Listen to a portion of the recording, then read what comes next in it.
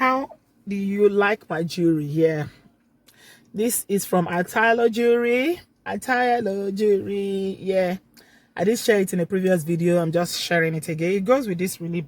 I'm wearing a navy blue dress, and you can see the necklace here, and I've got the bracelet and the earrings. Really lovely. Yeah, really nice jewelry from ITALO. Gorgeous looking jewelry at affordable price.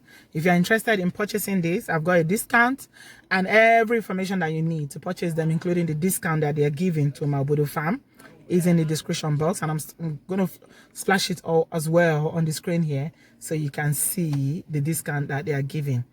Yeah, a ITALO jewelry, really lovely jewelry. Yeah, you can tell. Nice. Hey guys, good afternoon, welcome back to my channel. It's your girl Bridget. How you guys doing? I hope you're doing well today. So lovely to see you all today. I hope you're doing very well considering the circumstances all around the world. May the Lord continue to keep us and uphold us. No evil will come near our dwelling place, and we'll be safe and protected throughout this period and for many more years to come by the grace of God. Thank you very much for stopping by today. If you have not yet subscribed, please do consider subscribing. It's completely free, 100% free. And if you hit on the bell sign, you get notification whenever I post my videos. Thank you. So guys, I want to touch on something that I frequently talk about on this channel today, which is about relationship. And it's about how marriages are conducted in Nigeria. I want to say in Africa as a whole, but because my experience is limited to Nigeria alone, I'm just going to focus on Nigeria. The way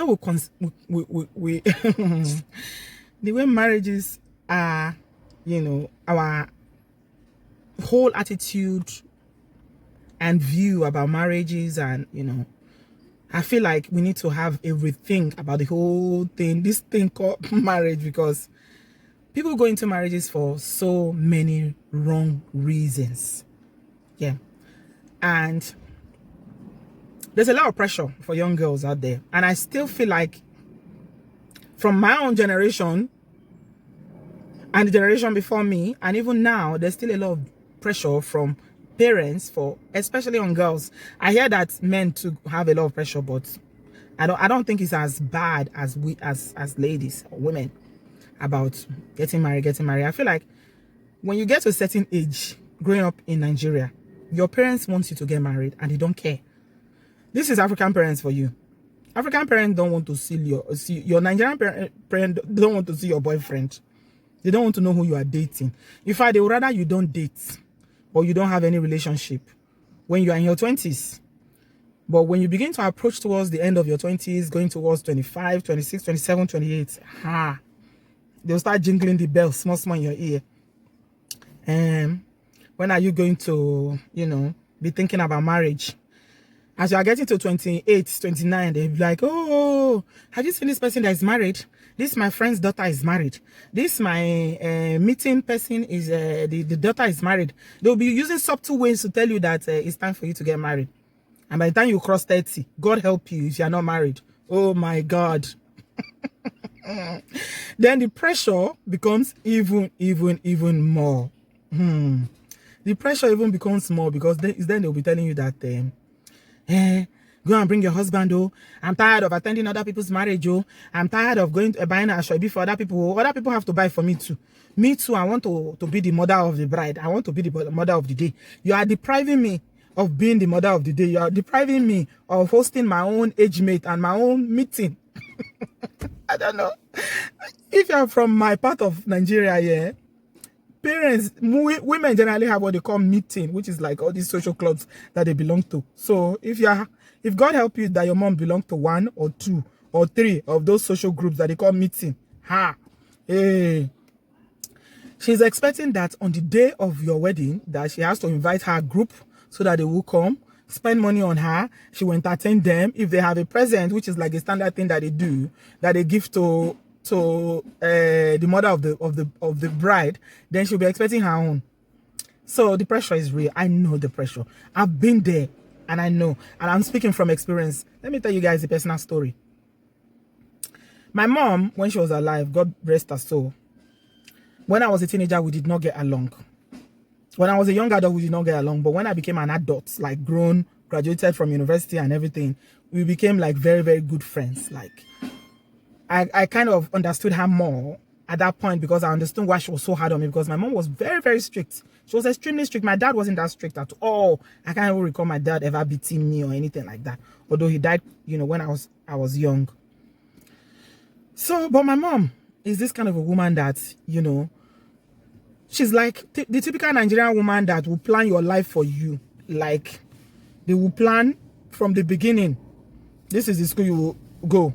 This is the course you are going to read. And this is the kind of job you should go and do. And then this is the time for you to get married. They are the ones that will be telling you at every stage in life what you should be doing, which is not a bad thing. I mean, it's a way of showing that they care, I suppose. Yeah. In their generation, that's the way they show that they care about the well-being of their children. But I feel like where they get it wrong is when they begin to push you and put pressure on you because of age, or because your mates are getting married for you to get married. And that is where people make the mistake. Because when there's a lot of pressure on young girls to get married, then that is when they jump into any available suitor that is available to get married. They just marry without thinking whether they are suitable for each other, whether they are compatible in any way or not. I'll give you another example.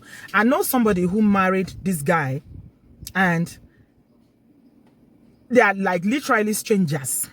Literally strangers. They don't know each other. He was living in the diaspora, she in Nigeria, and the only time they ever saw each other was when he came for the wedding. That was the only time they met physically. And as they were meeting, they were getting married. Now tell me, do you think there's going to be problem in that kind of marriage or not? Because these are like total strangers.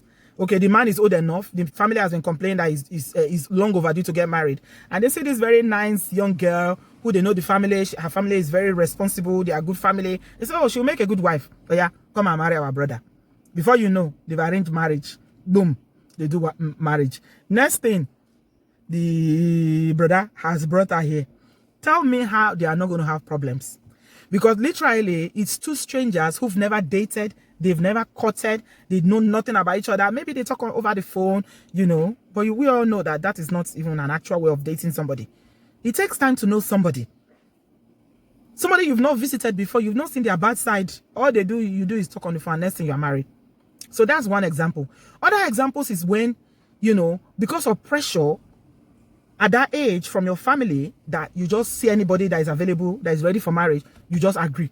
Even though you know that you don't know that person very well, and you feel like, okay, this is not my type.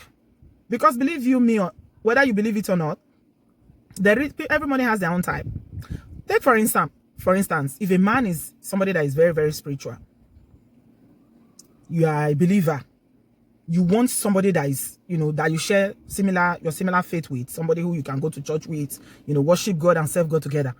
And because of pressure, you see this girl that, not that she's not a Christian, but she's not, you know, she's not committed like that. She's still living the life. She's, you know, partying and living the life, having a good time. And she's just, you know, living her best life and not ready for all that complete surrender to living a life of just serving God daily, going to church, you know, just walk church and just, you know, that kind of lifestyle. Not that there's anything wrong in it. It's just like, it's like two different people on two journeys in life. And when you have two different people who are on two different journeys in life like that, and they come together in marriage, all in the name of pressure from society or from family, then what do you think is going to happen? When the time they get married, she wants to carry on partying. He wants to just, all he wants to do is just pray and go to church, study the Bible and live his, you know, Christian life.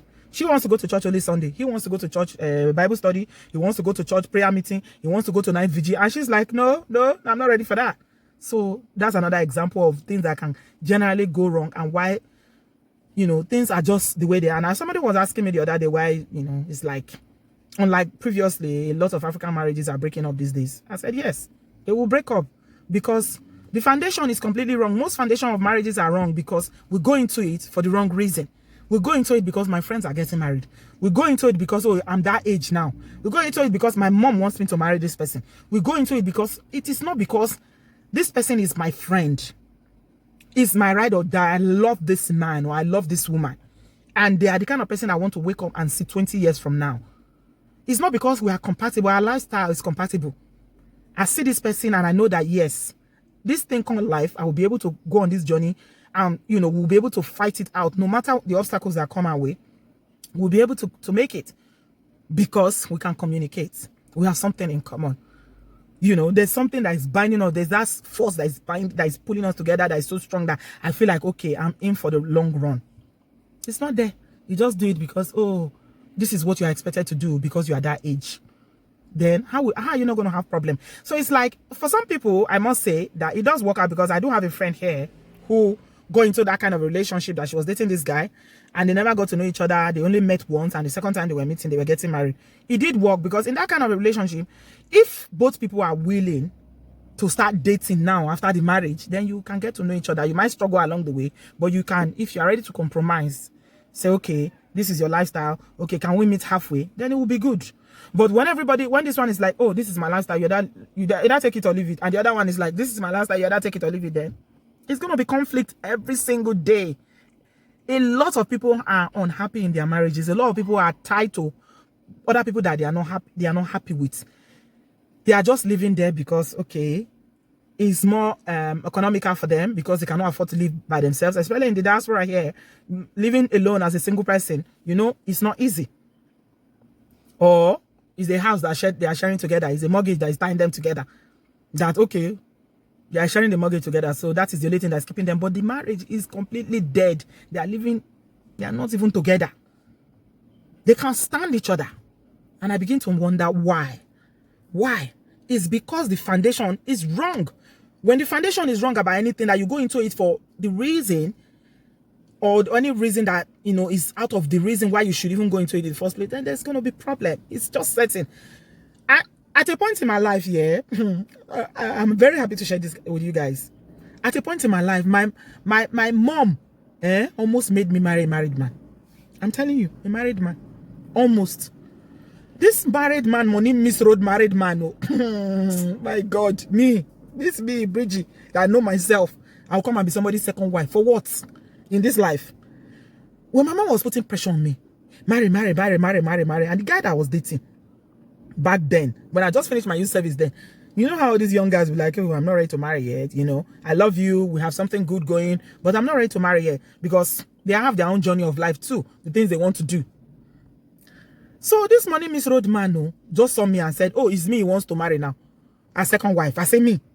I don't die. He went to meet my mom. He said, oh, you are the one that has this very beautiful girl. This girl should marry somebody that will look after her, not all these small boys that don't have anything to offer. Don't allow her to go and marry one small boy. Let her come and marry me. I will take care of her. I'm tempted to use the accent to say it. I'm very tempted to use one exotic accent to say it. And my mom was considering it. I was like, what? You are considering it? You want me to be second wife? She said, since you are not, husband is not coming now, uncle, at least it's better. It's better to be second wife than to be single. I said, what? Over my dead body. In fact, I had a very big quarrel with my mom over that. It's like, I will never be anybody's second wife. God forbid, it's not my covenant with God to be anybody's second wife. I will not even date a married man, talk of being a second wife to him. Me, if I love somebody, I'm totally jealous over that person. I can't even imagine him sleeping with another person or sharing him with another person. What kind of life is that? I don't care the money he has. God forbid, it's not mine. That's not my. Then my children will now be polygamous children from a from a polygamous home. This polygamy that we know how it is. How do they say it in Yoruba? That ile orogun ogba wereni. A polygamous home is like a madness center. Excuse my language. So I'm just going to end here. There are so many examples out there, why things are the way they are now. But I'm just going to end by leaving this message for single people who are out there, especially single ladies that are out there.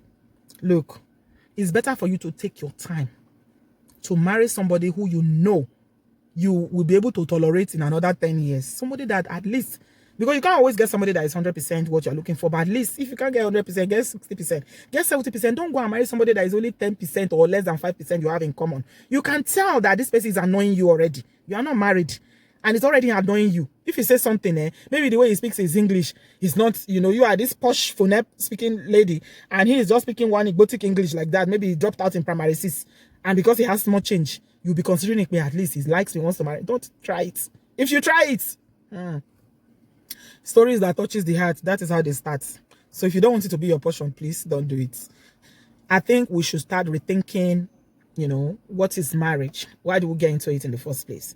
We get into it because we love someone. We love them so much and we are compatible with them and we want to live. We want to live and build our life with that person. We want to go on a journey of life, to raise a family, to have children with them, because we know that they will be in our corner. We will be at their corner fighting for one another. Not because it's my age or my mother is pressurizing me or, all my friends are getting married. Those are all wrong reasons to get married. And I hope that, people will be able to take one or two things away from this video today. As usual, leave me your thoughts and your comments in the comment section. Thanks a lot for watching, guys. I love you. Bye-bye.